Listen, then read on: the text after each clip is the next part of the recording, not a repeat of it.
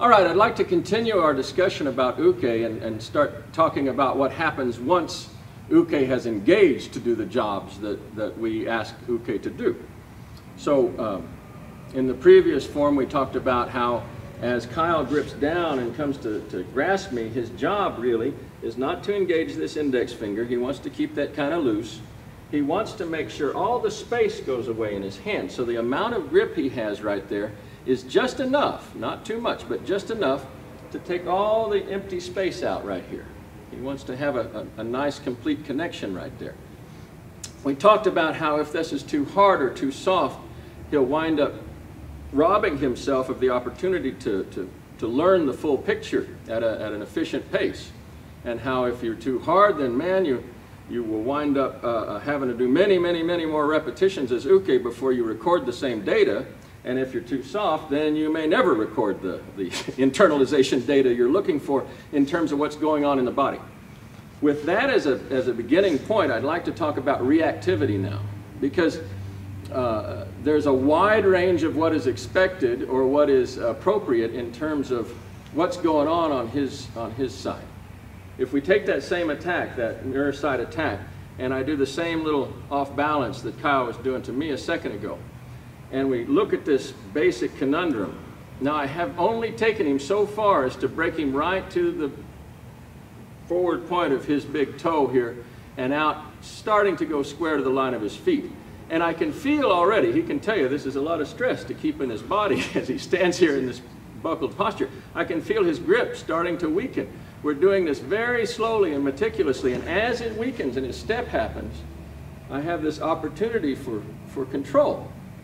Now that's a very extreme example because I kept him there suspended in that state of non-equilibrium for a long time. And he's a very advanced Uke, and so he could follow along with me and do that. Typically what happens is you make this little attack and then he comes immediately up, and you have this free-flowing engagement right into this technique. And that's perfectly fine. We can take that same thing though, and with a skilled Ukemi artist, they can dial it up and down in terms of trying to dampen the effects of the off balance. And by that I mean there's a whole lot of Kyle's nervous system that's geared around these off balance mechanisms. He's been Uke a lot. He's done thousands and thousands of falls in each falling condition.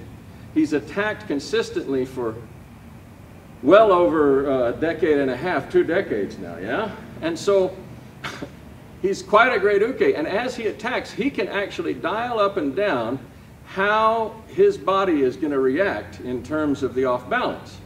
So if I were to say, okay, Kyle, I want you to attack me and just shut everything down. Don't really attack, give me the correct attack, but then dampen all the off balance you can, okay?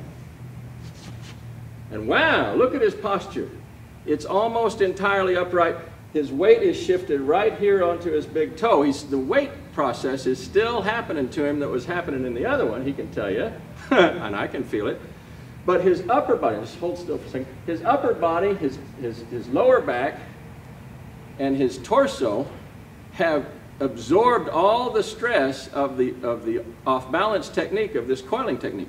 So let's go back and look at the coiling technique when it's kind of in a neutral phase and look at what it's doing to him. See how the shoulder dips, the elbow bends, everything gets all coiled here.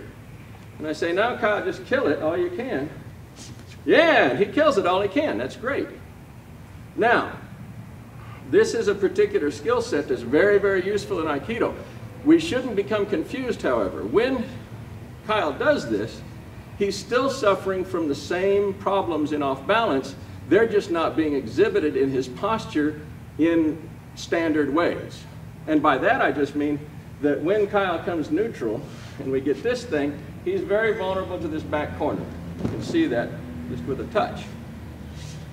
And when Kyle shuts it all down and posturally doesn't allow anything, he's still very vulnerable to this back corner. His body is not that much better off, actually. But he feels more secure. He feels like he's shut down everything he can. But his internal isometric tension which is not being expressed in these coils, is now being expressed in extra work that his thighs having to do, his hips having to do, his shoulders having to do, his spine is having to do. And so the coiling that would normally be affecting him is affecting him still, but it's affecting him in a different way. He still has the weaknesses, it's just being expressed differently.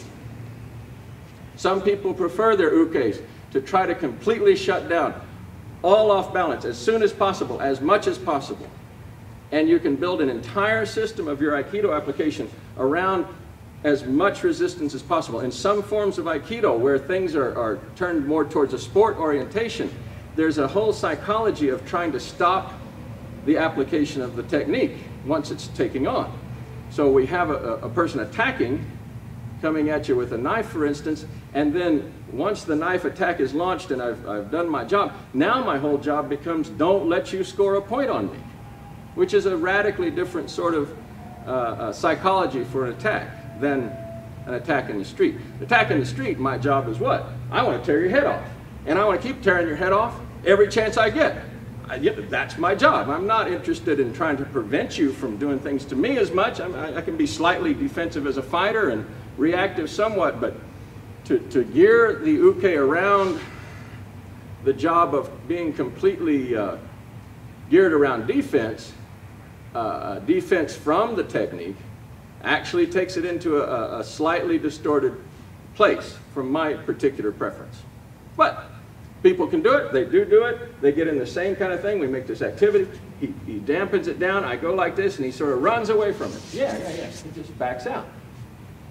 Which is fine if you want to train Torres to deal with people who, once they attack, jump back and run away.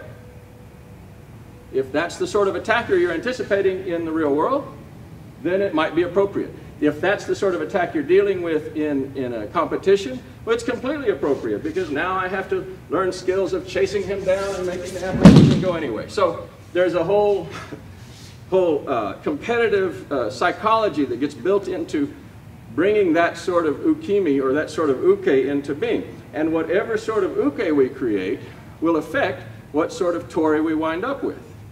And so you get this symbiotic relationship that occurs. Uke becomes somebody who can dampen everything down, stop everything as they're going along, and you wind up with very high impact frustration load. So you get here, and normally I would just have to turn my hips and coil him and throw him, right? But he's got all this resistance in his body, and boom, I wind up getting frustrated and trying to throw hard. Then he resists hard. Then I throw harder, and you have this feedback loop of tension and craziness in terms of application that becomes harder and harder and more energy. And my preference in Aikido is that we do it with less and less energy. He gives me this level of resistance, I play with that same level of resistance, and whatever it is, I want to apply at that level. If he dampens it completely, fine. He still has the same problem. It comes out differently. And he can tell you that was as inexorable as this was. Can't do much about it, right? And now it's damping it. That's right. Can't do much about that either. It's the same technique. Looks completely different. But when his body absorbs that torsion that's normally happening here, and he internalizes it, it pulls it all into a center line. And so the same coil that out here is being expressed as Kotegaeshi, when he's in the dampening state, is coming straight into his own body. I'm not pushing it at his head. That's where his body pulled it. And so Kotegaeshi winds up right here when you have this very stiff kind of state happening in their nervous system. So that's one type of uke out there in the world, and working with it will teach you some cool stuff, and it may be your preference. If so, hallelujah. If not,